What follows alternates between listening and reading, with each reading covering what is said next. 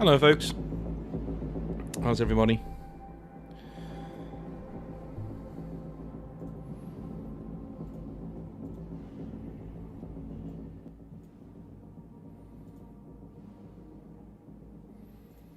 Hope you're all doing well.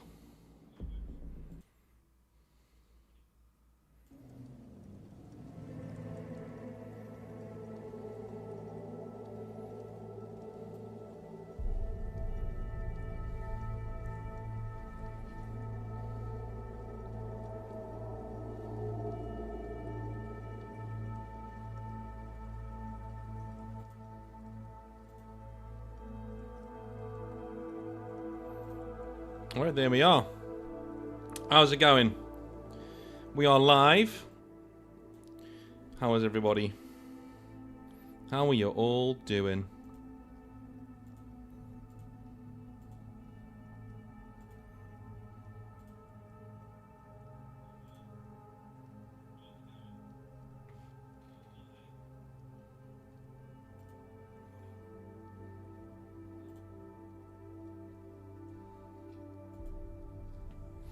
Hey Potato, Stratagem Hobbies, how's the health? It's all good, man, it's all good. Trazen fan, how's it going, dude? Thank you for reading my nightmare. You're welcome, you're welcome. I wonder which one you were.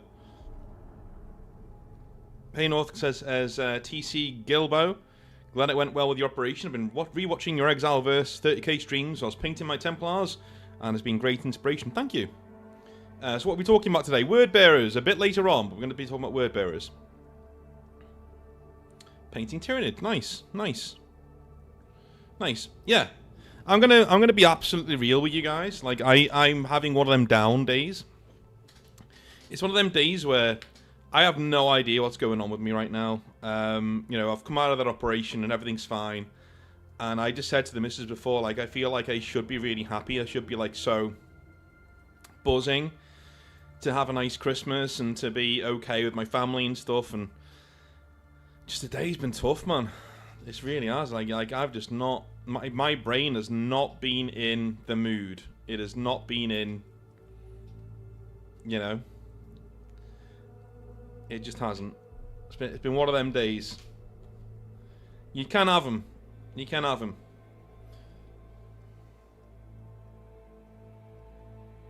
Got a nice hot chocolate here. Hope the recovery goes well. Well, that's the thing. The recovery is going well. I'm generally fine. I think I should be getting my. I'm gonna switch this off for a minute. Bit too depressing. I'm genuinely fine. Yeah. I'm about to get my first. I've been staying clean. Don't worry. But I'm gonna get my first proper shower tomorrow, which is nice. It should mean my bandage is coming off, which should be cool. Well, not coming off, but at least I'm allowed to get it wet from tomorrow. So, I think I was allowed to get it wet a few days in, but I've been very careful. You know what I mean? So, overly careful, some might say. But it's mainly like my brain playing tricks on me, like saying, you know, all these little niggles I have over my body are all related to what was going on in my neck, and so the news I'm going to get, you know, they'll tell me what they cut out of me in January, like 7th of January. So my mind's trying to play tricks on me and trying to convince me that that's going to be bad news and that, you know, I need to worry about it. Basically, everything's going well for me right now.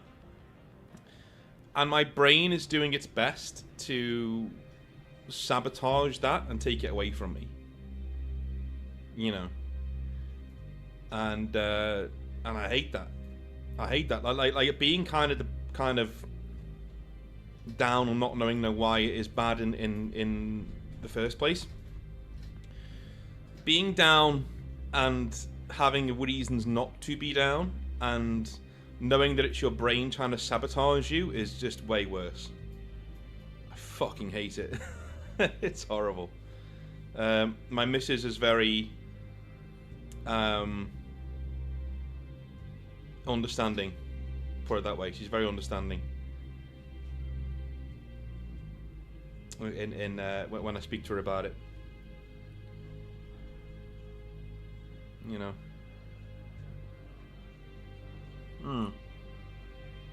It's just been one of them days.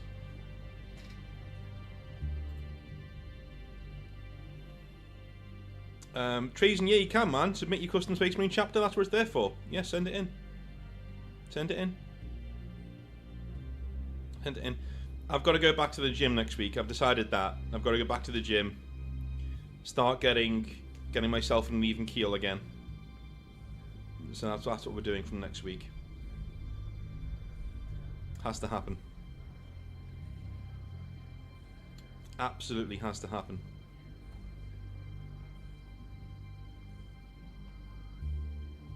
There will be no video today because this is the video today. It's me being live and saying hello. And tomorrow we will be showing the recording from part of this video that we're going to be doing today. Sent mine yesterday. Good, man. Master man. Good, good, good, good. Let me show you guys what I've been working on, or what I'm planning we're going to be doing over the next few weeks. I've been toying around with different thumbnail ideas. So obviously tomorrow, we're recording this today. All right, that is a discussion on the word bearers and why they're so fucking awesome. Shouldn't take us too long, but you will be in that video. The chat will not be shown in the video, so don't worry about that. But I will respond to what you're saying when we're in the video. If this video is a success and does well, then we'll be doing another stream that we record on Lehman Russ, on the fact that he is basically ruined by terrible writers. We're going to be doing a full dive in on him, and if that video is successful, by and large, we'll be going and doing a Lionel Johnson video, covering the fact that the Lion in 40k is a bit of a joke, right? And I will be wearing this jumper when we do that video, of course, because as you can see, it's a really cool one. So that's what I've got planned coming up. Essentially, that's what I've got planned coming up for our live streams. I will be doing Cyberpunk as well. I'm going to start doing that over the weekend. So for people who want to watch gameplay, it's going to be over a weekend, I think. Natro says, "Hey North, sorry to hear you're a bit down. It's also the time of year, mate, dark early. Yeah, it does get dark very early. Yeah, that is also the case. But like, I'm trying to enjoy Christmas, but I know once we get to the other side of Christmas, then all I'll be thinking about is this appointment where they're going to tell me what they've cut out of my body, basically, what it was. I'm really hoping that it's nothing, you know, and the chances are that it is nothing. But, you know. Chip says, for some reason I always got the impression you were bald. Well, yeah, I'm not. I mean, give me another 10, 20 years. There may be. Maybe. Yeah. Hey, Fire Knight, how's it going, dude? Yeah, so we will be getting into word bearers a little bit later on. But I thought I'd just tell you what's going on with me today. Like, I'm trying to get my energy up. I think streaming is something that weirdly, artificially does get my energy up. Like it almost forces me to come out of my shell a little bit, switch my brain off. Like, when you're streaming, there aren't very many other things you can think about other than the stream. Do you know what I mean? Like, literally, you're doing this. Like you're talking to guys online. You're making sure you're hitting your points. You know, you're entertaining people. Weirdly, it's far more intensive doing this than just recording a video and whacking it up. But sometimes you need that. Sometimes you need that distraction. You're relaxing before studying for a final you have today? That's good. That's good. Yeah.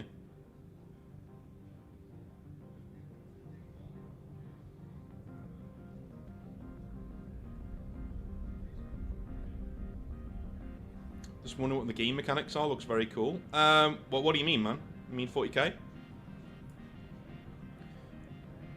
My wife has had many things like that, external and internal. It is a worry, but the chances are it's likely nothing to worry about. The weight is terrible. The weight is terrible. I mean, I was speaking to my missus today, and I was talking to her about it, and I said, "Hey, Hoy, how's it going, dude?"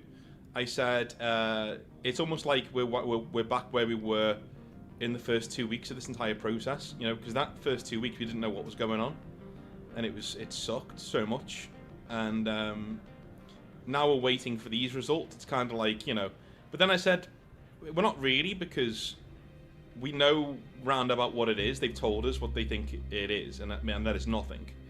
But if it is something bad, then it's going to be this, and they've told us what they're going to do about it once it's done, you know. So it's not as if they've told me anything that's going to be bad. That's me, my own mind jumping to conclusions, my own mind putting 2 and 2 together and getting 22 instead of 4. You know what I mean? That's literally what is happening. Like my mind is putting 2 and 2 together and getting 22. You know, I know all of these niggles I've got around my body. Like, for instance, my specialist said to me, "Oh yeah, you don't have any of these danger signs, do you?" And I said, "No." You know, about thyroid cancer and stuff spreading to other elsewhere. She said, "No."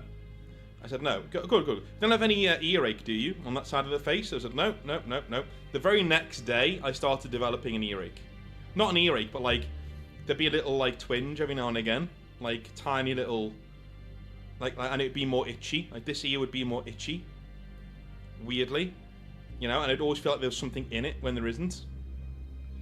And then I do this thing, you know, when you blow or you swallow, when you hold your nose, and it'd feel different in the left ear than the right ear, and I'm like, oh, what's that all about? And off the brain goes, right? Off the brain goes. It's off again. We're off again now, and we're there thinking about something else. But before she mentioned that, nothing, you know. Now I'll lie there at night going to sleep and I'll notice it, or I'll lie there at night and I'll feel the pulse in this ear a bit more than I can in the right ear when I turn over, and it'll freak me out. That's just how my brain works, man. It likes to torture me. It's fucking horrible.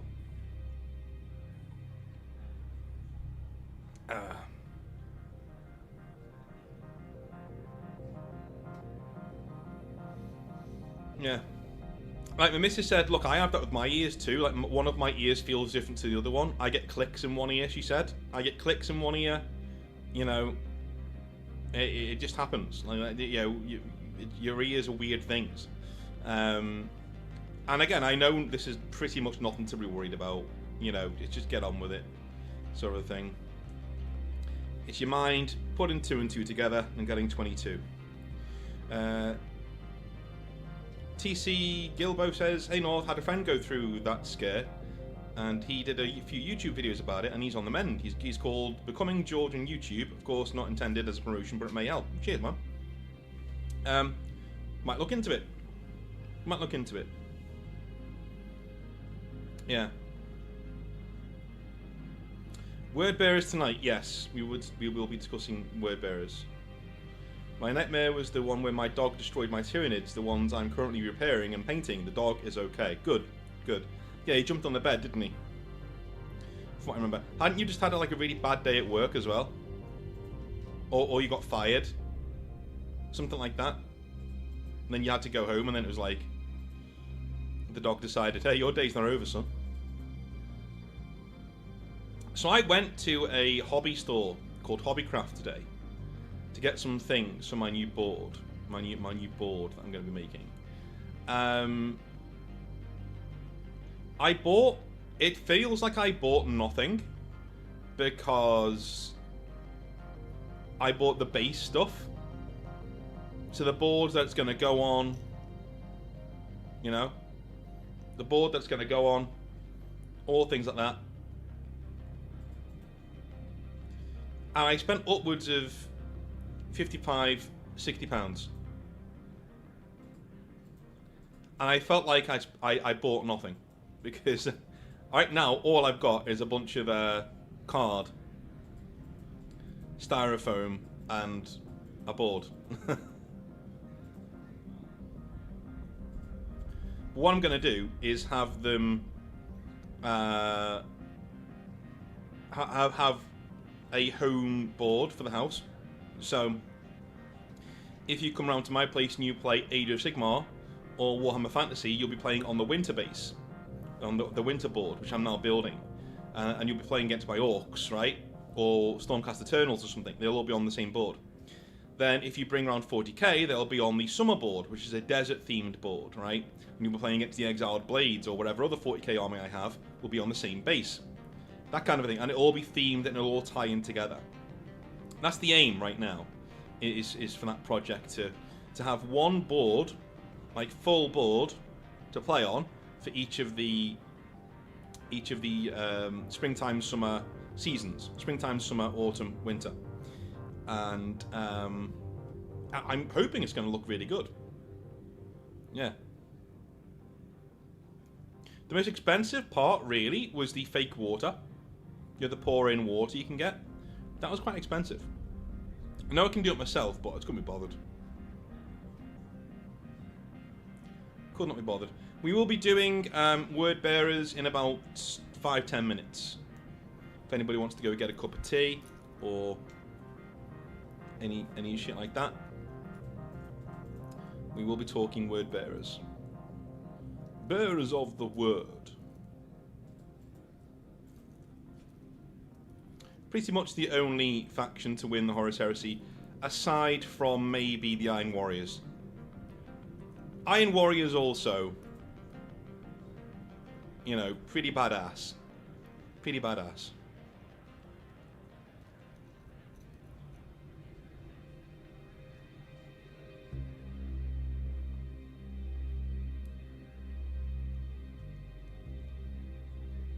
Yeah.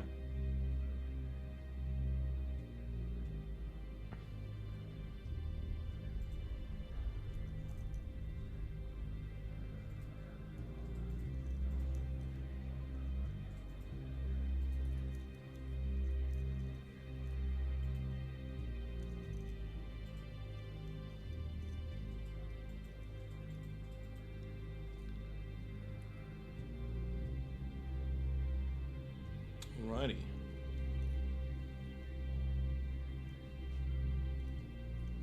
Just making sure I've got all my pictures ready to go. We have a few visual aids going through.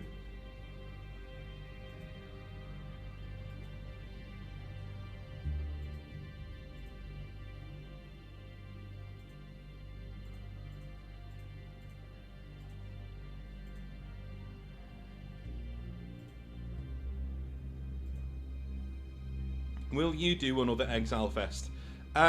Yes. In the new year. Once all this shit is behind me. Once we get past early January, I'm planning on doing another Exile Fest, yes. All things going well, the first one will be in February. All things going well. Yeah, the next one. Then if that goes well, we'll do one in... we'll do one in June, like we did this year. Although this year, like June, was so hot in Liverpool. I have no idea what happened. And the thing that really got me was, in August, July, it wasn't that hot. It was hot, but it wasn't like, you know, in June, when we did Exile Fest, that room must have been about 33, 35 degrees, and they had no windows. You know, I just gone in there and gone, obviously this is an amazing space, looks really cool, looking forward to playing in it, it's going to be awesome. And they were like, yeah, and they didn't tell me any of this. And then when I walked in, it was like, oh yeah, by the way, we've got no windows, so we're really sorry about that. I was like, Jesus Christ, there's no airflow. In Liverpool, or are you considering the Midlands? Probably still Liverpool, man. I'm gonna be honest with you, for the next one. I did have grand plans and grand designs to do multiple Exile Fests across the world and things, but then obviously health issues came in, so I had to take care of those first. So I don't know. I think the next one will definitely be in Liverpool. It's not difficult to get to for most people. Well, it's the UK, right? It's the UK. So, if you're in the UK, you can get to Liverpool if you want to come to Exile Fest. Getting to Liverpool is not going to be too different. Like, if you live outside of the Midlands and outside of Liverpool, it's not that much of a difference at all, going from one to the other. You know what I mean? Plus, for the first few Exile Fests, I'm relying on people I know turning up to it, right? Which means in the Northwest is where it has to be. Although last time, it was full of strangers. I had like 2 people I knew were there, one of whom was from Poland, and like the rest of the place was all strangers, you know, which is great. Met a lot of cool people.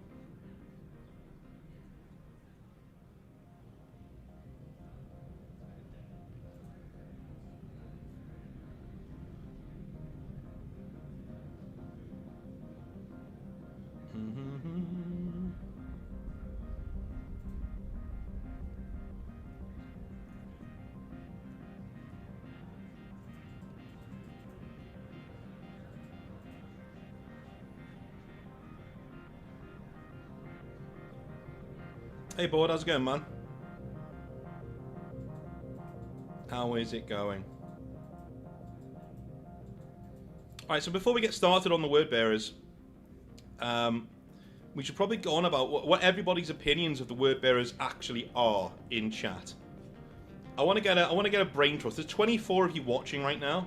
That's not a low number. So let me know in the chat, what do you guys think of the word bearers as a faction? I want to get a gauge of where the rumours at. Where is everyone's heads generally? This is what I normally do in seminars and lessons and stuff. I will gauge how the rumours at before we move on and discuss the wider topic at hand, which is what this is going to be. Sort of like a word bearers seminar, which would be pretty cool.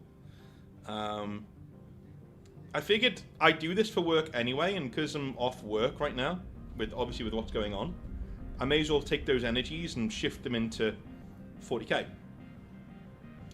To do like a seminar based on that, which would be pretty cool.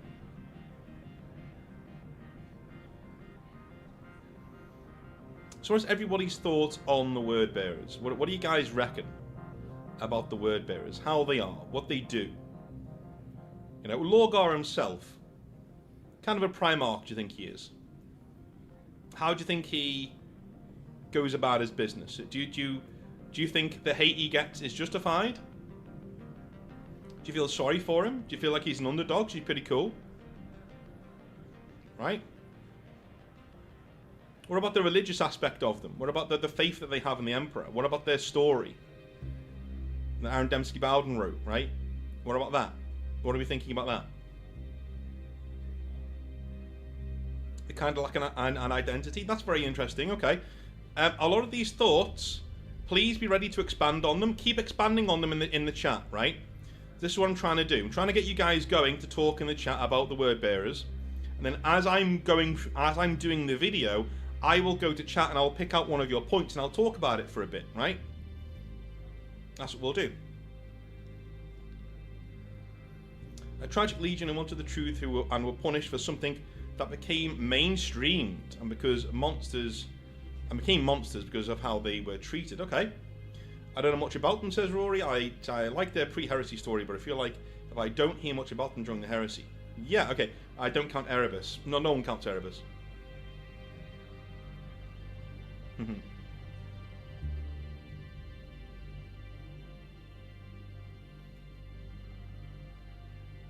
Far more base than Space Wolves. I think what you mean by that is they're unrepentant. Like they're not apologetic, right?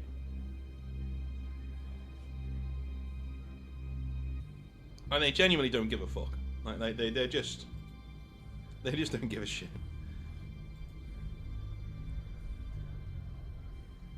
All right, I will start recording, and we'll go into our word bearers video.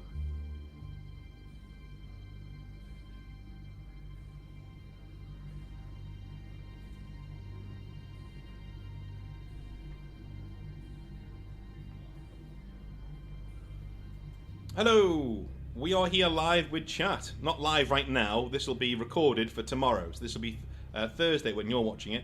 But it is a 40k rant on the word bearers, generally covering, while they are one of the most hated factions in 40k, I actually think they're one of the most cool factions in 40k. Mainly because they were saved by Aaron Dembski-Bowden's first Heretic book series, and other things like that. The word bearers get an unfair, shall we say, shake of the stick by the 40k community at large, in my opinion. It's just something that I think has happened. They're not as meme-worthy as some other factions, like your Space Wolves and folks like that, but they certainly have taken a pasting in the lore going forwards. First of all, I'd like to welcome our chat and have a little look in here of what people think of the word bearers. The first thing that I did in doing this video to chat is I asked them what their general opinions on the word bearers were. And one of the things that kept coming up, and has come up quite a bit here, is that they are the evangelists of 40k, as Patrick says over here. He says, I don't know too much about the word bearers, but they're sort of the evangelists of 40k. Or that they're quite based, right? They're quite unapologetic in who they are. They don't really care about the wider Imperium, right? They were the first ones to turn to chaos, the first legion at least to start to turn en masse to chaos. The one thing that I really want to get at with the word bearers, a lot of their fans that I tend to come across tend to be not lost, but they admire somebody who found their own path. I get that a lot from word bearers fans. There are a lot of word bearers fans who, in a weird way, are the opposite of Ultramarines fans, as they should be when you think about it. But word bearers fans tend to be very, how shall I put this? Either they are currently lost, or they have been lost in the past. Now, when I mean lost, I don't mean like, where am I? You know, I mean like, where am I going in life? What am I doing, right? Weirdly, a lot of ex-army dudes I know love the word bearers. Because, and I've always thought to myself, why is that? Why are ex-army dudes big fans of the word bearers? Even if they don't collect them, they really like them, and they will go out and buy their books and read their stories and stuff. It turns out, in my mind anyway, ex-army lads have been in a system and a lifestyle where their entire life is regimented. They know exactly what they're doing every single day. They're, yes sir, you know, absolutely, they know when they're getting up, when they're going to bed, all that kind of thing. And then they get out. They get out of the army, and all of a sudden they're on City Street, and then now what do? They have to start again. They have to find their own path again. They have to redefine what it is to be them. Another sect of people, a very rare sect of people, but one that we have heard from in Hobby Nightmares before, and both times they've been word bearers players. Prison inmates. They didn't see that coming, right? In my notes here, prison inmates, 2 of them have been on Hobby Nightmares, and they both either mentioned the word bearers or been actively collecting the word bearers. Why? Because prison inmates are told when to get up. They're given a regimented day schedule. They're heavily scrutinised and looked upon. And some prisoners who are in there, not most of them don't, most of them hate it, but some of them come out and they don't know what to do. They're lost. They're going, what do I do now? You know, do I just go back to how I was? Like I need to find my own path here. And the word bearers are experts at showcasing, we have this path where we love the Emperor as a guy, right? The Emperor's our God. He is God. Say the word and make it be true, as Lorgar says in the First Heretic, right? We've got our God, and we love the Emperor. And then that is torn away from them at Monarchia. The very reason why the Exiled Blades as a faction get their genesis on Monarchia is because it's such a cool moment. I'm actually going to put some Exiled Blades B-roll on here because it suits what we're going for right now. It's such a cool moment in that we have the entire Legion kneeling in the sand of this broken city. You know, having their faith stripped from them. They're broken down, they're boiled down, and everything is taken away. They're forced to start again in front of everybody. Shamed. Especially in front of the Ultramarines, right? They're shamed. The one thing that I love about the First Heretic as a book is that it's one of the only times I've looked at a Primarch falling to chaos and gone, yeah, I can see that. You know what I'm saying? one huge weakness of one of the best Horus Heresy books in Fulgrim is the way he turns to chaos is kind of retarded. Like, not gonna lie, right? It's not great. It's not great. It doesn't make too much sense. I'm not a big fan of it. Okay, sees a big dildo sword, decides to take it with him, and it corrupts him. I mean, okay, cool. I mean, I guess we can go that way if we really want to go that way. The First Heretic is a strong book, but it's kind of the opposite of Fulgrim. Okay, Fulgrim is very bombastic. It has a lot of moving parts, a lot of really compelling human characters in there, a lot of really compelling characters who are fighting wars that are really important to the 41st millennium going forwards, right? First Heretic is kind of different, right? The first wars we see them go on after Monarchia are with the Custodes, and they're just kicking the shit out of a general human faction that has glass soldiers. Doesn't matter? No, it doesn't. In fact, it matters so little that Lorgar just says, just kill them. Just kill them because I want to bloodlet the Legion for a bit. That's the reason. I want to bloodlet the Legion for a bit. That's what we're doing, right? The strength of the First Heretic as a book is that the reasons for Lorgar turning on the Emperor are so understandable. I get why he's doing it. You can see that the desperation in his voice when he's speaking to Magnus, and he wants answers because the warp is calling to him, right? The Chaos Gods are calling to him, and he says, look, what are these things? And Magnus is afraid to tell him, because Magnus is trying to be a good boy. Magnus is trying to do what the Emperor wants him to do, i.e. keep knowledge of chaos to a minimum. And that also links into Magnus, doesn't it?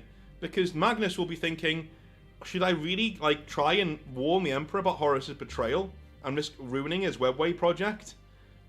Well, yeah, I should, because the last time I listened to Dad, fucking Lorgar turned traitor. Because I didn't tell him about chaos. I didn't warn him. Okay?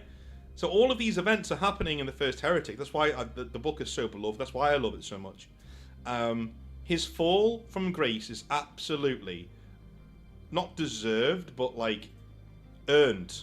Do you know what I mean? Like they really did go whole hog when it came to Lorgar turning to chaos, and they had to get this story right. It's one of the biggest stories of the Horus Heresy. How did the original Heresy Legion, the Traitor Legion, fall to chaos? If they didn't get this right, you may as well write off the rest of the series. Now, I know the rest of the series is over-bloated. I know it's way too much. We've covered that ad nauseum. I get it. I'm with you. I agree. But on the flip side of things, I think it would have been a lot worse if the First Heretic was not a good book. Okay? And the actual story of their fall from grace is great. It's fantastic, right? Let's see what the chat's saying. Treason says, in the Calth book, which is later on, which we can see on screen right now, they seem so chilled out about being so traitorous. It's actually fun to see them just being so unapologetic about being so evil, like nailing an Ultra Smurf to the leg of a Titan. That is true, and that is something that I wanted to talk about, because their first appearance in the Horus Heresy, for me, isn't great. Do you know what I'm saying? Isn't great. And that's because we don't have the First Heretic as context. They're so evil and over the top that it kind of made my eyes roll. I was like, oh god. You know, when I was reading it. I think it was Battle for the Abyss, right? Was it Battle for the Abyss? Or something along those lines? Anyway, I'm watching it and thinking, I'm reading it thinking, wow, these guys suck ass. There's evil for evil's sake. And I didn't get it. After The Last Heretic, I got it. And Betrayer, I got it. I got why the word bearers were as they were. And part of me, if you read the First Heretic and then you read the Battle for the Abyss, you're almost cheering on the word bearers. You're almost going, do you know what? I will say this again. Wrestling and 40k are very similar. I will die on this hill. Okay. There's something that Paul Heyman said. He was a manager in wrestling. And he said, all wrestling is okay. And Jim Cornette said this as well, right? Say you're walking down the street. Say you're walking down the street. And you see a fight going on. Okay? You see a fight. You're like, oh my god, there's a fight going on. There's two guys having a go at each other. Oh. Wow. Okay. Fuck that. Okay. Fuck that shit. Move on, right? That's a UFC fight. Okay, whatever. It's interesting, but, you know. Then you walk past another fight later on, and you forget about the first one, right? You walk past another fight. There's a really big guy, right? He's got his shirt off, big muscles, good-looking guy. And there's an average-looking guy who looks like you, and he's got his girlfriend on his arm, right? And this big guy catcalls the girl, and the normal-looking guy turns around and says, hey, motherfucker, stop doing that. And they get into a fight. Now you're invested. Now you're thinking, I want that normal guy to kick that big guy's ass. Fucking at $10 on the little guy. Right? Now you're watching wrestling. Okay? That's the difference. The same thing with 40k. When I'm listening to or reading Battle for the Abyss without any context, it's like those two big normal guys beating on each other for no other reason. It's entertaining for a bit, but it loses its steam very quickly. As soon as we get that context of why that battle is happening, why Lorgar is so annoyed, why the word bearers have a point, now you're watching and reading 30k, right? Now you're actually in the process of a legion turning against another legion and why they did that. Again, wrestling and 40k, I will do a video on this, but it's going to be so long, I'm putting it off. They're the same thing. Storytelling in pro wrestling and storytelling in 40k, the same fucking thing. They're not different at all. You know. And you should feel a little bit for the word bearers. Again, that thing that Paul Heyman said, I want to come back to it, right? I didn't mention it before. He said, you know, like, if you're doing a promo before a big event, you want the viewer. So a promo is basically when two wrestlers are talking to each other. Not fighting, they're talking. And they're talking about the matches they're going to have at the pay-per-view, which is something you've got to pay for. So they want you to buy a ticket, either to get your ass in a seat or to watch it live. So one wrestler is saying, I'm going to kick your ass. And the other wrestler is saying, no, I'm going to kick your ass. That's a promo, right? Basic. Very basic. The best promos get the fans going, wrestler A and wrestler B. Do you know what? He's right when he says that. Yeah, he's right. And do you know what? He's right that he said that as well. And he's right that he said that as well. And he's right. And you're going back and forth all the time, right? All the time. Okay? Like when Paul Heyman was talking to Vince McMahon saying, you know, you made wrestling a dirty word. You know, you took wrestling and you made it sports entertainment. You ruined wrestling for everybody. Now Paul Heyman's the bad guy in this scenario. But he's saying the truth. He's blurring the lines. So enough fans are going to go, you know what? He did ruin wrestling. Do you know what? He did make wrestling a dirty word. Fuck Vince McMahon. I'm going to cheer for Paul Heyman. I'm buying that pay-per-view. That's what that's all about. Same thing with 40k. Every 40k fight you come across is trying to get you to buy models. So instead of buying the pay-per-view or a ticket to the event, you're buying models. You're buying into the army. Every single bit of 40k lore is you sitting down going, do you know what? Lorgar did have a point. Oh, you know what? The Emperor did mistreat Angron. Fuck that guy. Angron had every right to do what he was doing. He's just doing what he is. What the hell's wrong with this guy? You know what? I'm going to buy myself some word bearers. Fuck the Emperor, right? That's what it's all about. That's all it is. That's all 40k lore is. From top to bottom. That's all it is. Okay? You are a god. Say the word and end the lie. Yes, exactly. That, by the way, the audiobook of The First Heretic is superb. So go and the delivery of I think it's not Toby Longworth. It's Jonathan Keeble, I think. But yes. Kyle says, I did a Wordbearer's army years ago based off the Wordbearer's books, not the Heresy books. You mean these ones? Yeah, big spiky dudes. Absolutely. Board says, you get the feeling with Wordbearer characters that there is nothing you can do to hurt me, because I have purpose. Yeah. I think the Wordbearers, one of their main cruxes is the power of faith, right? It's the power of faith. The Wordbearers don't really,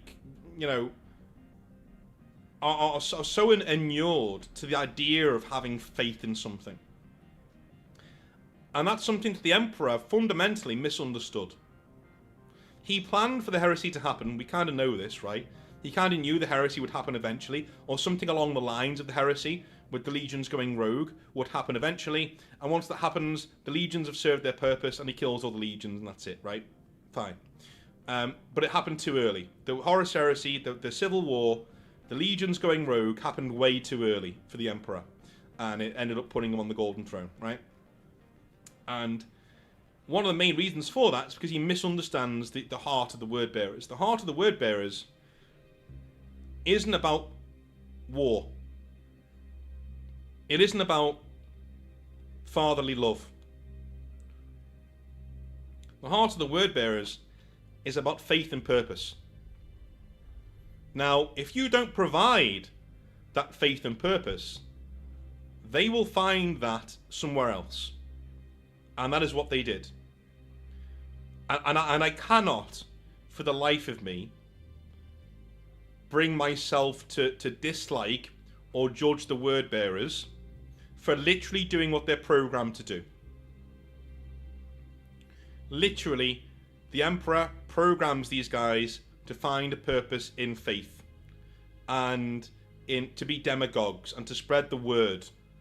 Literally, it's in the name, right? Instead of pulling Lorgar close, what you do as a leader with Lorgar is you pull him close. You take him back to Terra as if he's your favourite son. When he's gone astray. You go to Monarchia, you don't destroy the city. You make Lorgar destroy it himself. Right? You make Lorgar want to destroy it himself. You go and get Lorgar with all pomp and ceremony. You make a big song and dance about him. You play to his ego. You bring him home. And you re-educate him. Because the Emperor can do that, right? You re-educate Lorgar. And then you say, now go.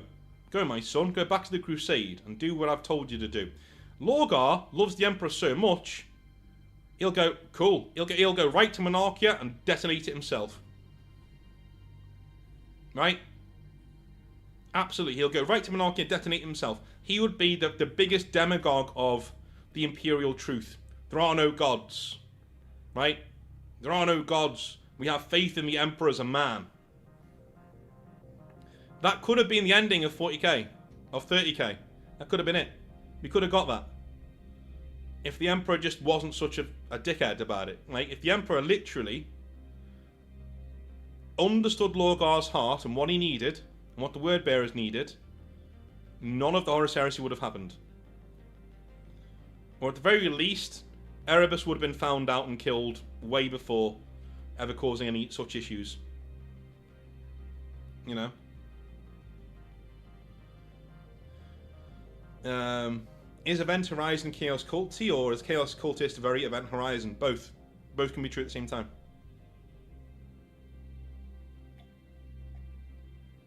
Yeah. Replace their focus on higher powers in the form of religion with the OG Imperial Creed and let them spread the word and the issues solve themselves. Indeed. Yes. Absolutely. Absolutely. In a nutshell. That was Dr. Rotwang who said that. In a nutshell. Yes, exactly. Yeah. Replace their focus on higher powers in the form of religion with the OG Imperial Creed and let them spread the word and the issues solve themselves. Yeah. Tyson says chaos for the win. Well, again, they provided a purpose to Lorgar, okay? Now, we've covered what we think maybe the Emperor should have done and how this all could have been avoided, but that's not what happened, okay?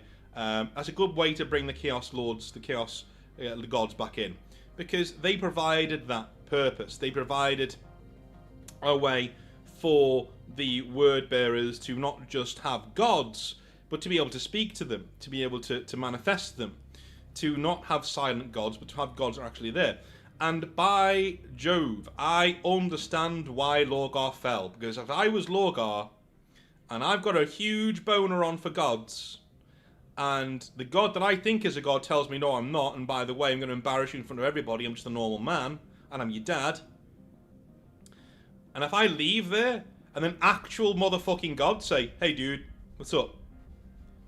And they show me their power in the warp, and that they are actual gods, and they want me to be their head priest, I'd be like, fuck yeah. Sign me up. Sign me up. I cannot say how much I honestly respect Lorgar for what he did. He's one of the only Primarchs that I look at his fall to chaos and I go, you know what? The guy's got a point. Yeah, the guy's got a point. You know? The guy's got a point. You know? Absolutely for me. He's one of the only Primarchs where I'm literally, dude, you know, you do you, man. You do you. I honestly think, and they're the only Legion that won the Horus Heresy. I know I've said before that the Iron Warriors won the Horus Heresy. Absolutely. I don't think they did now. Having reread the Siege of Terror and a bunch of other books too, I don't think they won the Heresy, alright? They did very well in it, and they did very well out of it. They're still a unified Legion, which is great. Absolutely great. But the only Legion to win the Horus Heresy, to accomplish all of their goals, were the Wordbearers. Because by the end, Lorgar realised that Horus was just a puppet of chaos, and wasn't going to win the war, so he left. So, so he wanted Horus to lose, by the end. And he did. Lorgar wanted the 41st millennium to come into being just as it is. And it did. It's part of the reason why most of us think, even though he's a Primarch, Lorgar being the big bad of 40k makes far more sense than Abaddon.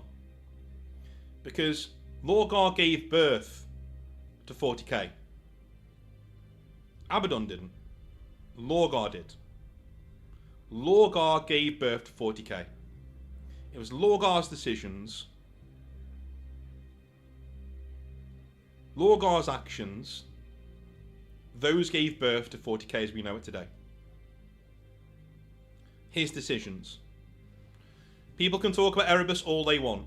I'm sorry, no. Okay? If Lorgar didn't want to turn to chaos, he would have just strangled. There is a scene where he's literally strangling Erebus and Corpheron. Literally. And he just decides not to. Because chaos intrigues him, right?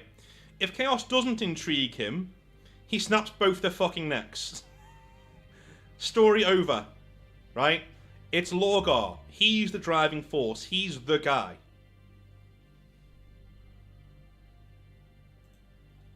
All Erebus is a sociopath with space marine powers. That's it. That's all he is. That's scary. That's all he is. Now we're getting on to one of our final questions, and I've got it in my script here, and it's weird that Trazen brought it up. Should Lorgar return? That is the big question here. Should Lorgar actively return? Kayan says, Lorgar defeated the Emperor's Great Crusade in his own way. He did, yes. Yes. Absolutely. Absolutely. So, in my opinion, Lorgar should return. Lorgar should return, and he should take over the Chaos cause. Now, I actually think there should be a great splintering in Chaos. I think the Traitor Legion should go with Abaddon. Okay. Most of them. And the Chaos warbands, too far gone, who are completely devoted to their gods, the demons, the cultists, they should all go with Lorgar. There should be two basically different forms of chaos, in my opinion. Lorgar's chaos and Abaddon's chaos. Abaddon's chaos are very Metal Gear Solid. They're very mercenaries. They're not as demonic. They basically look like old school legionaries in very old armor. You know? They don't have very many sorcerers. They don't really trust demons. They're there for their brothers and that's it. Now, you couldn't really do that anymore because Games Workshop have tried to make Abaddon a jack of all trades. They tried to make him a guy who uses demons, but he only uses them, you know, for his own ends and blah, blah, blah, blah, blah, blah, blah. Right, all that kind of stuff. It sucks. At least to me, it sucks. Like, you know, I don't like jack of all trades characters, okay? Because you've got to start...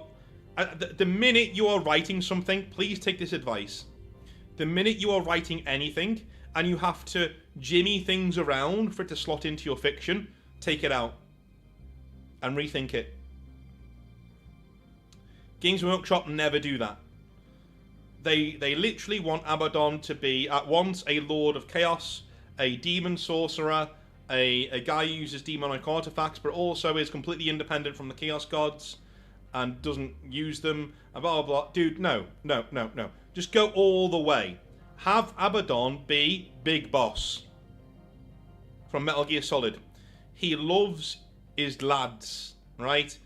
His Astartes. He is the leader of the traitor Astartes. The ones who still have their brains. The legions. He's the leader of the legions. That's what he is. Now, he may use a demon every now and again, but very special occasions he'll use a demon, but generally doesn't like sorcerers, doesn't use them, right? That should be him. That should be what he does. He is basically... His second-hand man should be Luft Huron. Huron Blackheart. Should be a second-hand man. That kind of guy, right? He's the leader of Space Marine traitors and renegades. Abaddon should be sending out agents to make contact with Space Marine chapters who are near, you know, renegade status, to try and lure them over to his side. And that should be how he gets Primaris Gene Seed.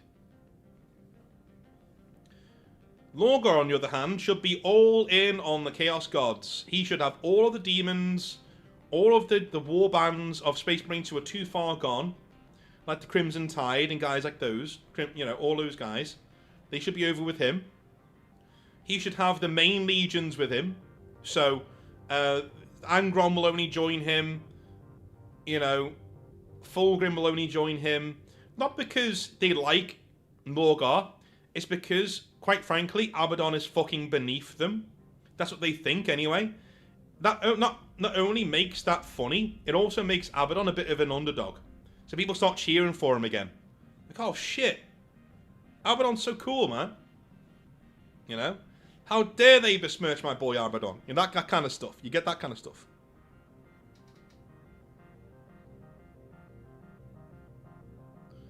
So that's what we should be doing. In my opinion. When it comes to Chaos. So I would bring Lorgar back. But I'd make him the big bad of Chaos. Of actual Chaos. Now... If we're bringing him back into modern 40k, I'd probably have him take over the most of the Chaos stuff from Abaddon. And have Abaddon just lead the legions. You know, that's what I would do if it was me. They're never going to do that. So at least bring Lorgar back as the leader of a massive, massive incursion that makes the 13th Black Crusade look like a fucking Tuesday, right? That's what he should do. The next worldwide campaign they run has to be Lorgar's return. At the head of a gargantuan army of demons and traitor Astartes and you know heretic cultists and all these other things going on. At the very least, they should do that, in my opinion. Yeah. Make him a Giga, buff, wagon character leader type. Yeah, exactly. Specialize. Yes, exactly. Yeah, that's how I would do it. That's how I would do it. Anyway, I will end this video there. Let me know what you would do in the comment section down below. Guys in the chat, thank you very, very, very much for helping me and joining me. What would you do? We will discuss that in stream in a minute. But have a wonderful rest of your day, and I'll speak to you guys soon. Say goodbye, chat, and we'll see you later. Have a good one.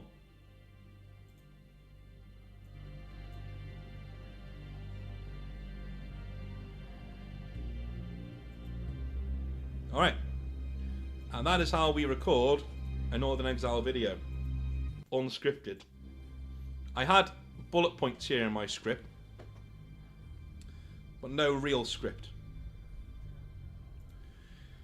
This is what we do. Rockman says, I'd say no. You can hand-wave legionaries being the equal of Primaris Marines by saying because chaos, or just say are an old-school, better, pure Marines from the old days. Yeah, you could do.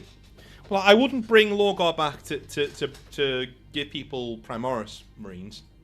And that's not the sole reason I take stuff away from Abaddon. You know.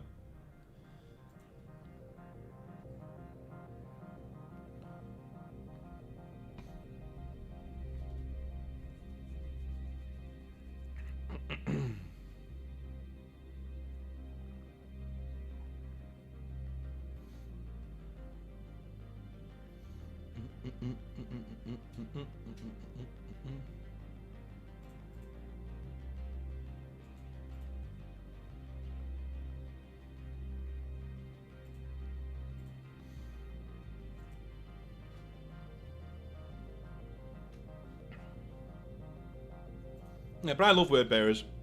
For those of you who don't know, that's why I've intertwined them into the Exiled Blades. Well, the Exiled Blades are loyalist word bearers because I think it's a really cool idea. It's an awesome idea. Loyalist word bearers. Come on, man. It's such a cool idea.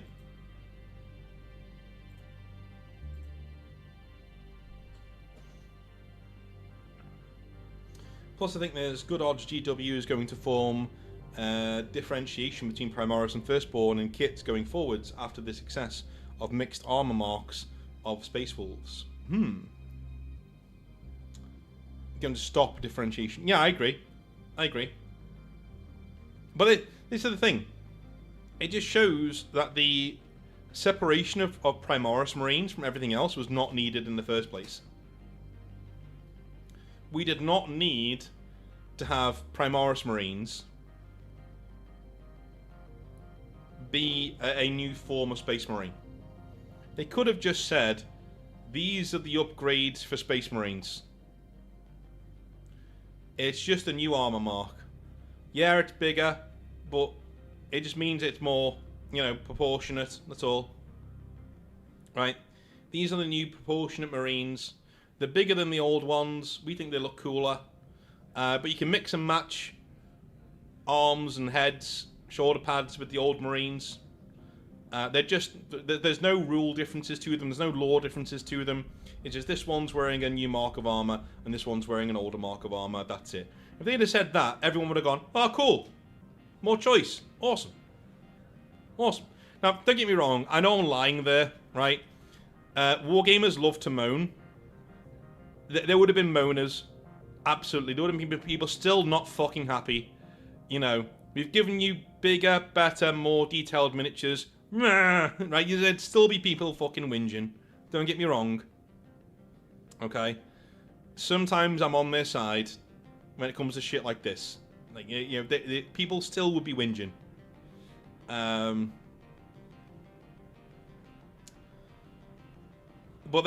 from what Kayan was saying there, yeah, I think they're going to do that as well. They're definitely going to take away all the differences between Firstborn Marines and Primaris Marines and just make it a fucking normal thing. It's just an armor set now. You can mix and match, and that's fine. That's how it should have been. That's how it should have been in the first place. And I honestly feel that if they'd have done that, a good 80 to 90% of the people in the hobby would have gone, more choice, cool. Well, those look kind of cool. All of this Primaris hate, I'm telling you now, wouldn't be there. There are people who just despise Primaris for the mere mention of Primaris Marines. They start frothing at the mouth, right? You know? I like some of Archer's content, but there are some times where the way he talks about Primaris Marines sometimes, it's like they came in and just stabbed his dog. It's like, dude, It's just a model with more detail. That's all it is. Right? You can ignore the lore. It's a really cool fucking. They're really cool models. Like if you can't see they're really cool looking models, I don't know what to fucking tell you. We don't have the same taste clearly, and you know, to you the sky is red. To me the sky is blue. We're not gonna see the same thing, right? They just look cool, man. They look better. I prefer the old helmets, by and large. But you put the old helmets on Primaris Space Marines, they look fucking amazing. They look really good. You know. A lot of people use Primaris Marines as a bit of a dog whistle. To be like, politically, to be like, hey, if you like Primaris Marines, then you're this. Or if you don't like Primaris Marines, then good. That's a good sign. It means you're based. No, it doesn't. It doesn't. It means you've got bad taste. In my opinion. You know? Not great. In my opinion. I think Primaris Marines look great. Love the way they look. The helmets less so. But I don't hate the helmets. I just think the old ones look better. More iconic.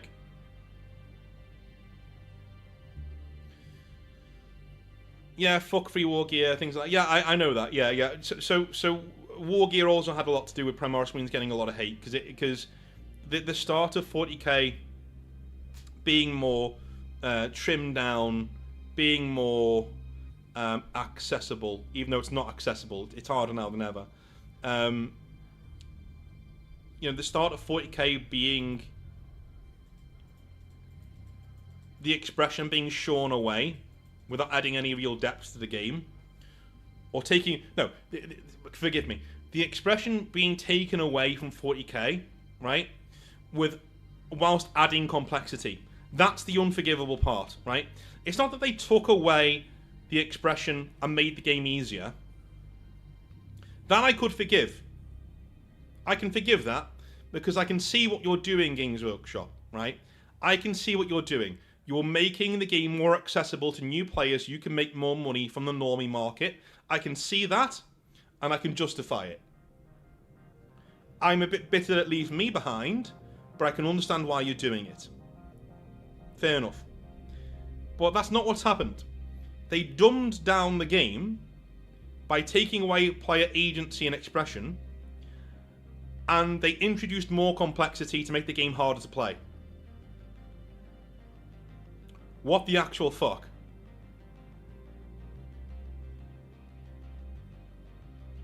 Like, you did the worst of both.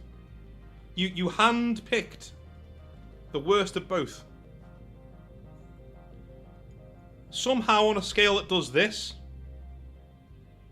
right? One goes up, one goes down. They did this, and they both just dropped. Somehow they managed, rather than just doing this or bringing it kind of like this, they just did that. Fuck it. I don't know, man.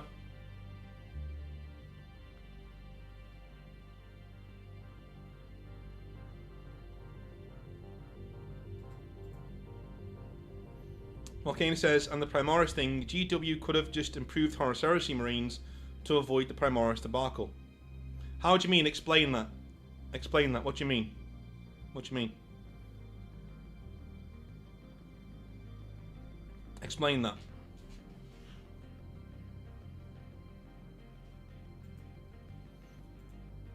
And the pressure's not on, because I think he's right. I want him to explain it so I can...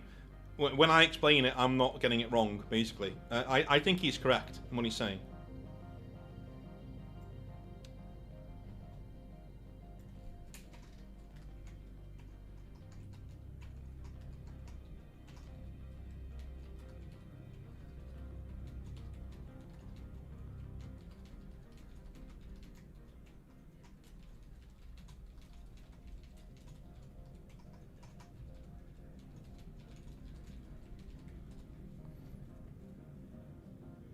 I think you sum up my point in that. Player expression has gone from 40k to make the game easier, but the game is harder to get into than ever. You know? Just use better proportions for the Mark 7 Marines. Okay. Yeah, Yeah, but what would that solve? What would that solve? I'm failing to understand what that would solve. And I think all you would do there is you would piss off the Horus Heresy crowd. Because the Horus Heresy crowd, you know, they spend a lot of money on their armies. A lot of money on their armies. And they are going to want the new shiny thing. So if you bring out a whole new size of Space Marine for their army, they're going to be pissed.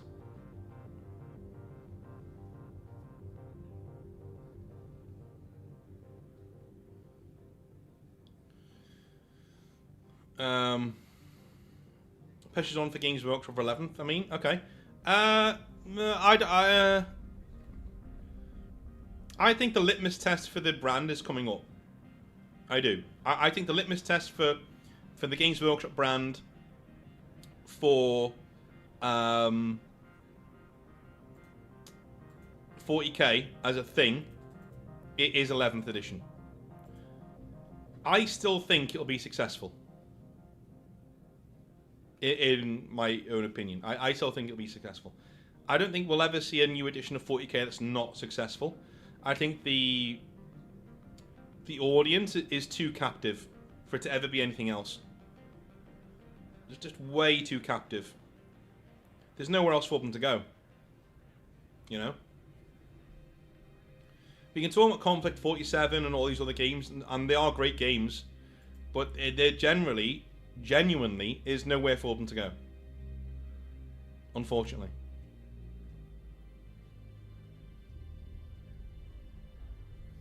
Age of Sigmar 4th edition flopped. Yeah, Age of Sigmar isn't 40k though. I think that's something that people don't really... people will say that a lot. They say, oh, well, Age of Sigmar flopped. Yeah, it did. It did. But that's only because the models are comparatively expensive to make because they're so good. And they overestimated the demand. And do you know what happened? All of they were so fucking stupid. This company literally created a game that was an alternative to Old World. Most of the Old World people left, but a good 40 to 50% of them stayed and went over to, eventually caved and went over to Age of Sigmar. They then bring out the 4th edition of Age of Sigmar whilst bringing back the Old World. So all of those people who came in to play Age of Sigmar because the Old World is dead just go, oh, why am I playing this? I may as well go and play the original game that I liked. Yeah.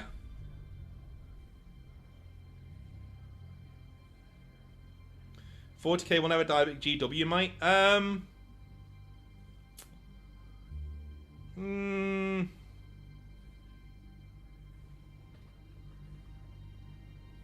I'm not sure. I'm not sure. I'm not sure.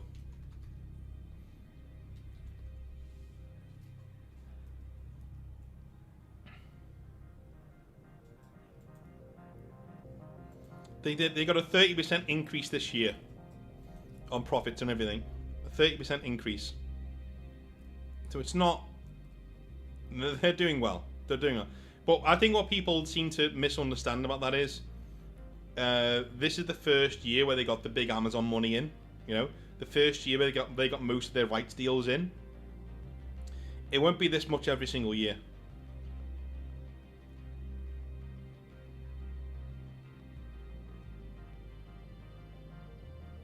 Yeah. Oh yeah, precedent for the current rules that don't work. Yeah. Well, yeah, I don't think it's controversial to say Games Workshop aren't very good at writing rules. I don't think that's very controversial at all. I think even due to like Games Workshop, your Rick Priestley's, your Andy Chambers, they would say Games Workshop's rules aren't very good these days. You know.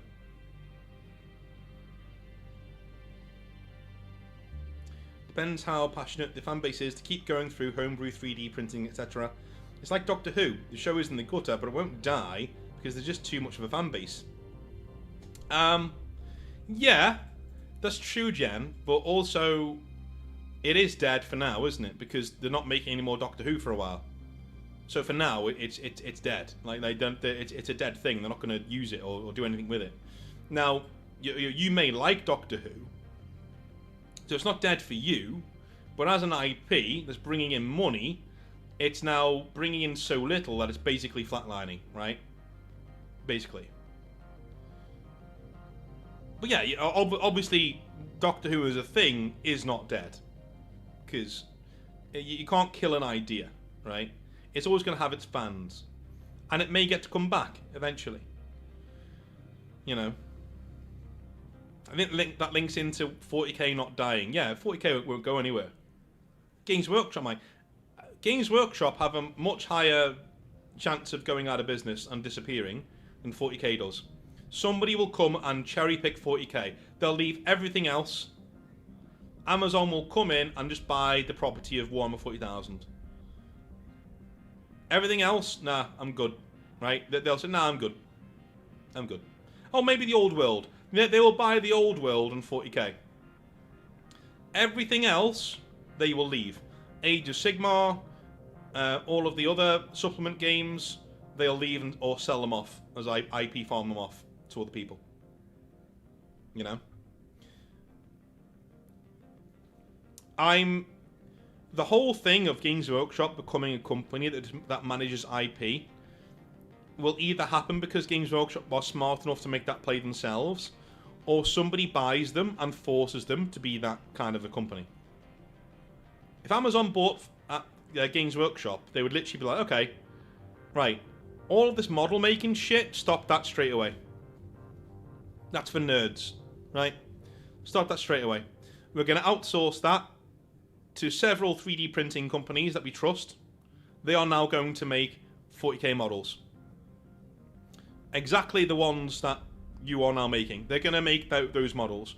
And they'll make them without fucking seams and mold lines as well. Probably for cheaper. Because clearly you don't know what the fuck you're doing. If your prices are going up every single year and your models aren't getting exponentially better and better and better in terms of the quality of what you're getting, right? You clearly don't know what the fuck you're doing. So, you know, Jeff Bezos says, no, you know, I bought your company. You are now just going to manage this IP for me. You're going to farm it out to people. You're going to get really good licensing deals. You're going to get really good video games made. You're going to get really good, you know, we're going to have board games, TV series, all these other things, all on Amazon Prime. Get rid of that stupid fucking app that you got. No one wants Warhammer Plus. It's stupid. Go away, right? And that's what he'll do. That's what he'll do. And Games Workshop will be an IP management company. And if they don't manage the IP of 40k properly, they will be removed, taken behind the bike shed, and shot. That is the next 10 years. That's the next 10 years of Games Workshop. They will be sold. I'm telling you now, Amazon, or I'm thinking it's going to be Amazon. They will be bought, right? Eventually, they will be bought. They will become an IP management company, and somebody else will make the models. Why? Because the new company, Amazon, will not want to get into the business of making fucking models. They're like, dude, we have all of the distribution here ready to go to sell these models. Why would we want to spend lots of money making these models when we can just pay somebody else a flat fee to do so for us, and then we can take over all of the wherewithal of getting that model to you? Can you imagine getting your 40k model releases on Amazon fucking Prime? Can you imagine that the new set comes out for 40k that everybody wants, and you can just fucking get it on Prime, and they never run out? I'd vote for that shit. I'd vote for that shit. Every day of the week. You know? Every day of the week. I'd vote for that. Yeah. Fine. No problem. And you'd get a discount with your Amazon Prime membership. And it's free delivery. Wonderful. You know?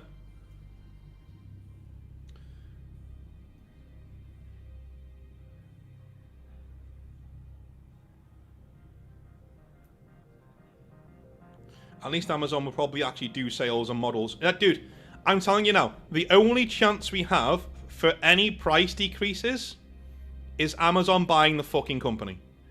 If Amazon buy the company, that's what they do, right? That's what they do. They lower prices. They make it more convenient. They make things more streamlined. Are they an evil corporation? Absolutely. But they're a corporation built on making it easier and cheaper for you to get shit that you want. That's the whole business plan. The whole business model is getting shit from A to B as cheaply as possible. As cheaply as possible. There will be a golden age when they take over the company and they've still got all of this stock that Games Workshop have on the backlog. We're going to keep the Games Workshop standard models and they'll get cheaper. The prices will come down. And we'll get delivery for free. Next day. Right? Now, once those models are gone, then that's the litmus test. Right? That's the litmus test. That's when we're like, okay, now, what quality of models are we going to get? You know, if Amazon was smart and they went to a third-party company who can actually make the prints, you know, make the molds, make all really well, really cheap, then we're quids in. Good, good. If they just go to any old 3D printing, large 3D printing company and say, do this, you know, then we're going to be in trouble, right? But if they're smart about it, we could get Games Workshop quality models. Dude, you can't tell me you look at things from Minimaker and other 3D printing sites and you compare the two and you say to me that Games Workshop are better. They're not. They're not. The quality of models on some 3D printing sites outstrips 40k and Age of Sigmar in terms of quality. Not all the time, because they're still good models. You know? But there are companies out there that could absolutely handle working for Amazon.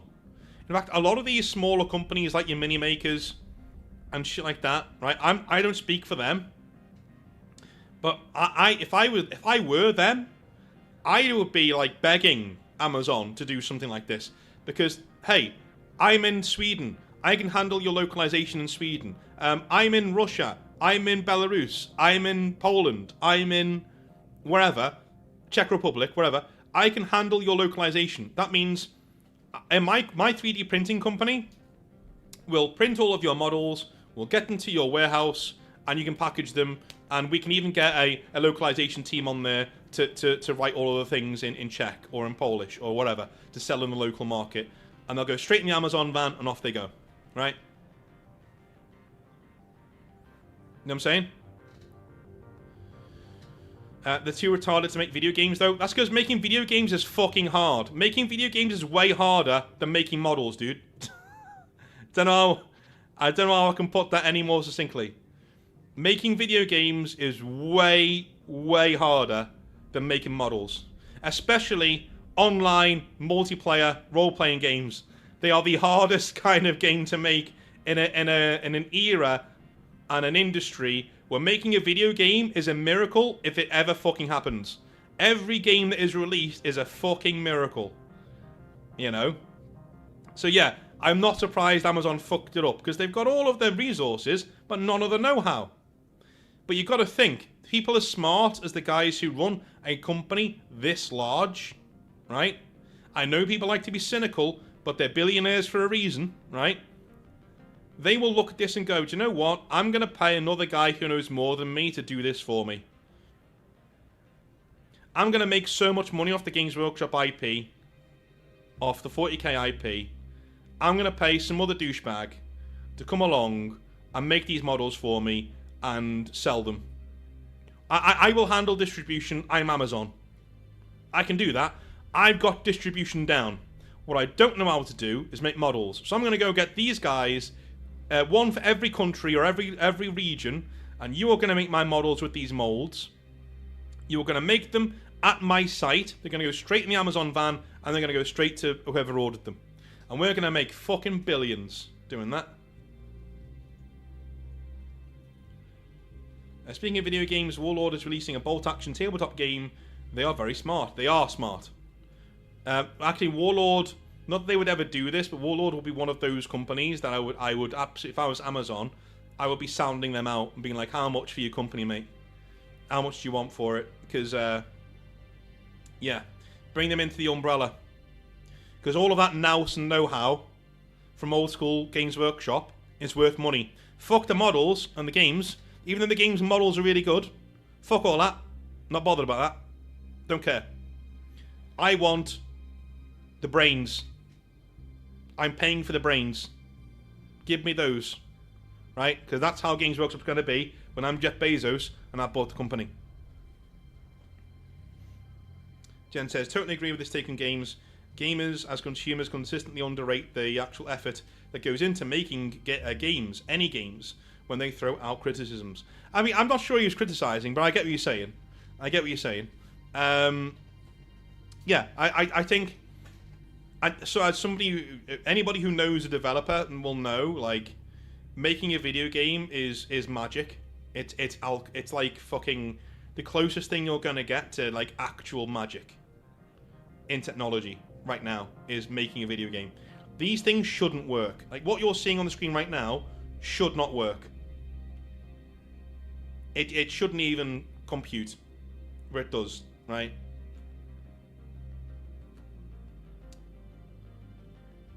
Brains can leave, though. They can leave, unless you pay them properly. You stick Rick Priestley on a 300 grand a year contract. That guy ain't going nowhere. That guy ain't going nowhere. You know?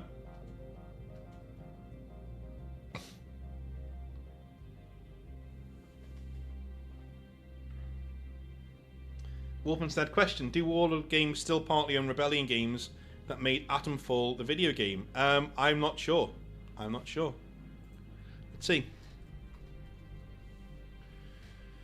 Let's see. Subsidiaries. They're not owned by anybody. Says here. Says they're on their own. They're an independent studio.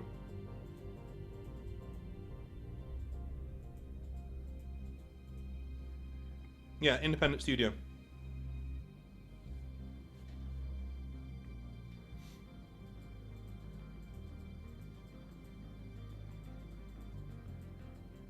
Apparently.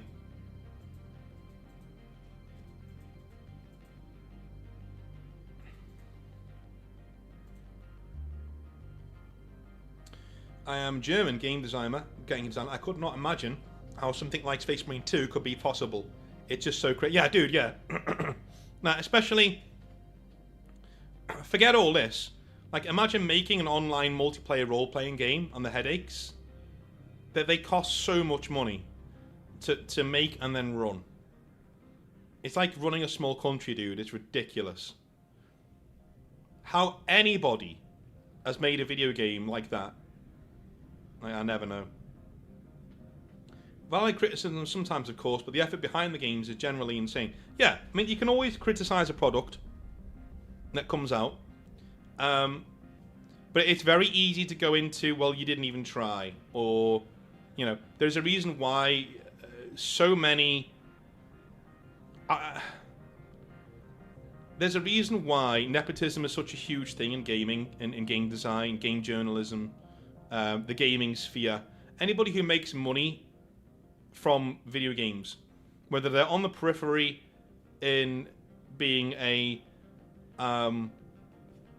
journalist, or reviewer, or YouTuber, whatever, whether they're a developer, whether they're a writer, whether they're an art designer, whatever.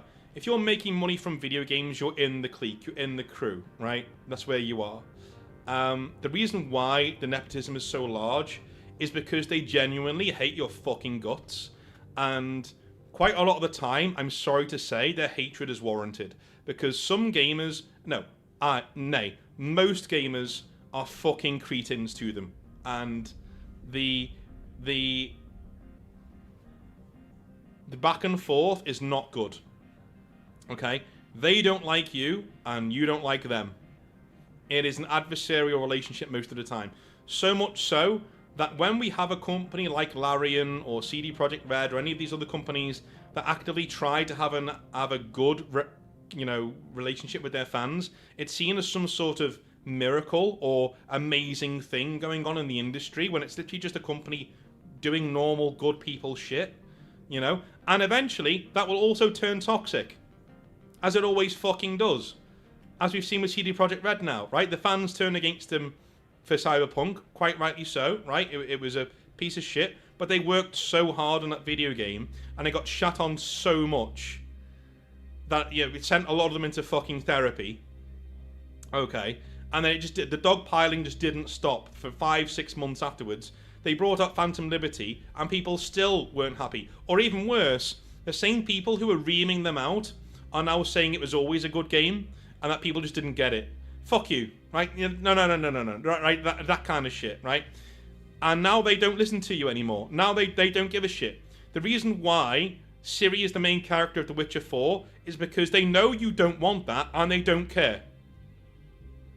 They know you don't want that, and they couldn't give less of a shit because of the way you treated them last time. That's why. That's why you're not getting to make your own Witcher in The Witcher 4. Because they know that's what you want, but that's not what they wanted to do. So fuck you. We'll do what we want to do. Because we know we're going to get it in the neck anyway. So go fuck yourself. Games Workshop are very similar. Are very similar like that. Games Workshop are extremely similar like that. They are very, shall we say, adversarial towards their own customer base. There is an attitude of, well, you're not going to like what we do anyway, so fuck off. We don't care. You're not going to like what we say anyway, so fuck you.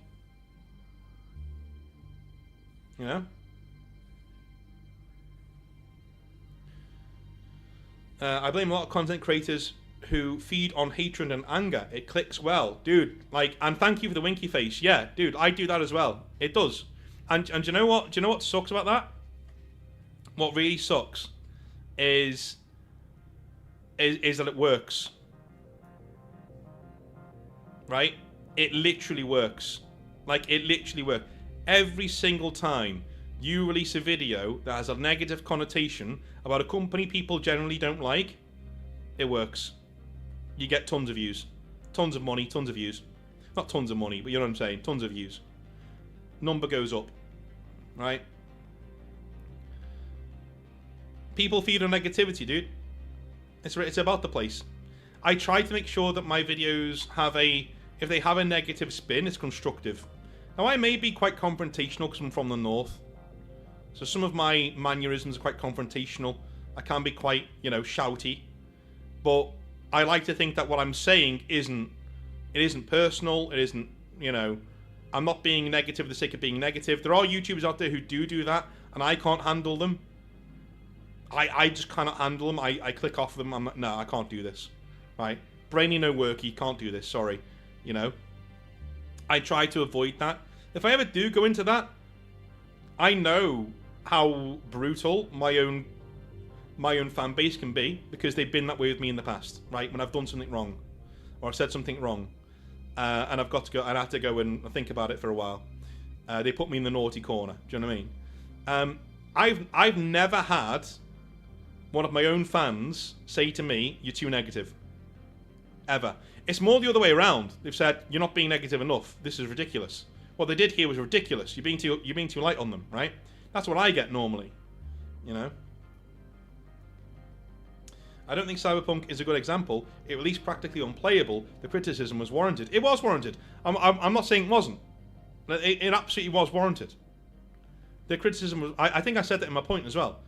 Quite rightly so. The game wasn't good. It came out and it was unplayable on certain hardware. It was unplayable. On PS4, unplayable. On PC, I played it at the time on a low-range PC, and I completed it fine with a couple of crashes. So it was playable. Let's not fucking over-dramatize it, right? Yeah, on PlayStation, yeah, unplayable. But on modern hardware, it ran okay. It just wasn't what was promised, right? It was not what was promised. And there were bugs, and there were crashes. Every playthrough, 2 or 3 crashes. Your mileage may vary, but I got 2 on a very low-end machine. I got 2. So, go figure. So yeah, they deserve the criticism. I'm not saying they didn't. What I'm saying is that criticism never stopped. It went for like 6, 7, 8 months whilst they are working on Phantom Liberty. So you can imagine their attitude, their morale seeps into the game, right? There's a reason why Phantom Liberty is so fucking bleak. It's really good, but it's also really bleak and really, like, heartbreaking to play, right? Some of the shit that goes on in that story is oof, right? There's a reason for that. A lot of them are going through a lot of shit when it comes to the fans at the time. So, and my point was, you can't expect human beings not to be human beings. If you get treated that way, you do develop a siege mentality. Okay? I was the most anti-Games Workshop employee you could ever have. And even I fucking hated you guys sometimes. Absolutely hated you. I was just like, no. Wargamers suck. They suck ass. And all they do is make my job harder. They just make my job harder. There were some Wednesdays at the start of the week, because Wednesday is my Monday, when I was working for GW, and I'd be like, yeah, I'm done. I fucking hate these people. I hate these people. All they do is they come in, they never buy anything. They want me to just sit with them all day, mind their children. Okay? They want to come in and steal things from my store and run out the door. They want to make threats against me and my family online, because I won't let them play with certain models in the store when it's company fucking policy and there's nothing I can do about it. Fuck you. Fuck you. And I was the most anti-GW, pro-wargamer person. And it got to me. I was like, nah, fuck these people. Okay? That's me. Imagine being a less verbose, lefty, let's be honest, right? Most people working in games industry are left-leaning, okay? Imagine being a bit of a soft-hearted liberal, and, you're not based or anything, you're soft-hearted, you want everyone to get it, you want everybody to have a pony, okay? You want everybody to have a pony, you want everybody to have their own thing, and you're working on Cyberpunk, and you're getting abuse that's 100 times worse than what I just described at what happened to me at Games Workshop. What's your reaction going to be? See what I'm saying? In fact, I'm going to look back at this tomorrow. I'm going to record this, and I'm going to make a video out of it. And I'm going to put it up on Tuesday next week. Alright? Because I think that this discussion's gone so well that I need to just whack it up as a video. As a VOD. I'm back. Are we talking about Titan Guy? No, this is somebody else. Titan Guy he organised a bit of a hate campaign online, but this is somebody else. No, not Titan Guy.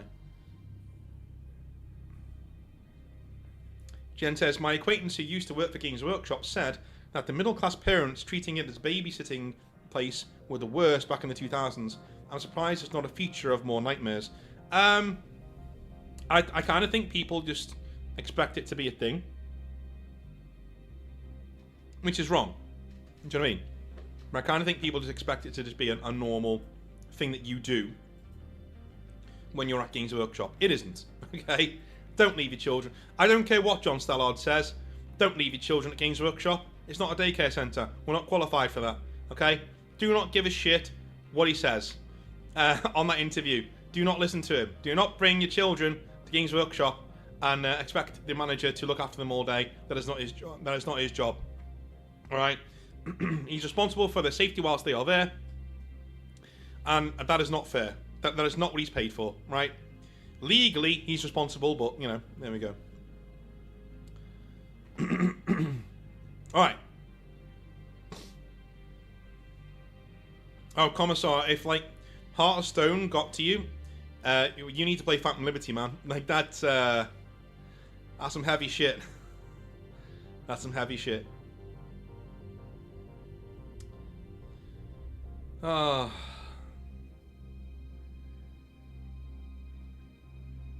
That's alright, TV Shansen. That's alright, dude. Yeah, life gets to us all. Life gets to us all. You have caught me when I'm about to go though, because I'm going at 7 to get my dinner, to eat something. And my voice is going a little bit, so.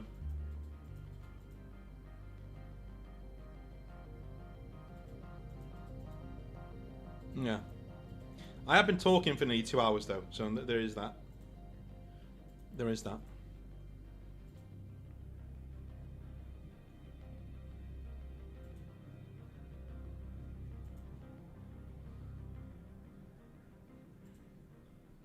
Hmm.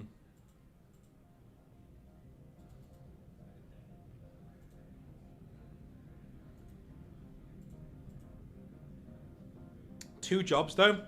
Do you know what? Like being a dude, like guys who speak to me of stuff like that, like I kind of realize, you know,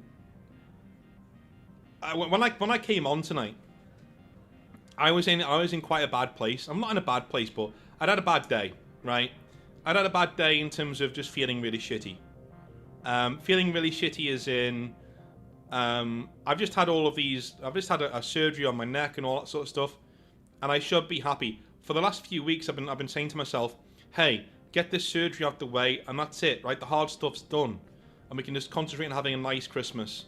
And yeah, you'll get the results of what they cut out in January, but they've told you it's going to be, they're 70% sure it's nothing to worry about, and even if it is something to worry about, as in cancer, they can deal with it, right? It's not going to affect your life, you're going to be fine, it's all going to be good, right? And even then, today, I literally couldn't stop myself from worrying about those results in early January. And I felt really bad because I should be feeling really good. Things are going well in life, and my brain will not let me. You know? And I would go to the gym, I would go work out, I would do things like that. But, like, I can't because my neck is healing, and I'm not allowed to do shit like that right now. So I've just been stuck. Yeah.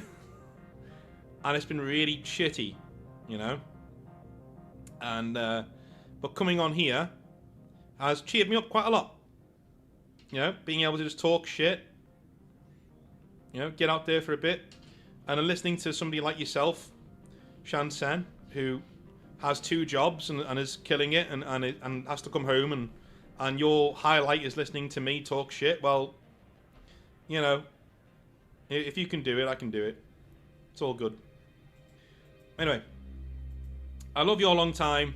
Thank you for being here for my recording of the Word Bearers video. I will be back. Well, the video will be up tomorrow, but you've already seen it because you were here. And if you didn't and you got a do from a twofer, good for you. I'll be back on Friday with some more Hobby Nightmares, and then I'll be streaming some Cyberpunk over the weekend. Have a wonderful rest of your day, and I'll speak to you very, very soon. All right, have a good one. Bye now.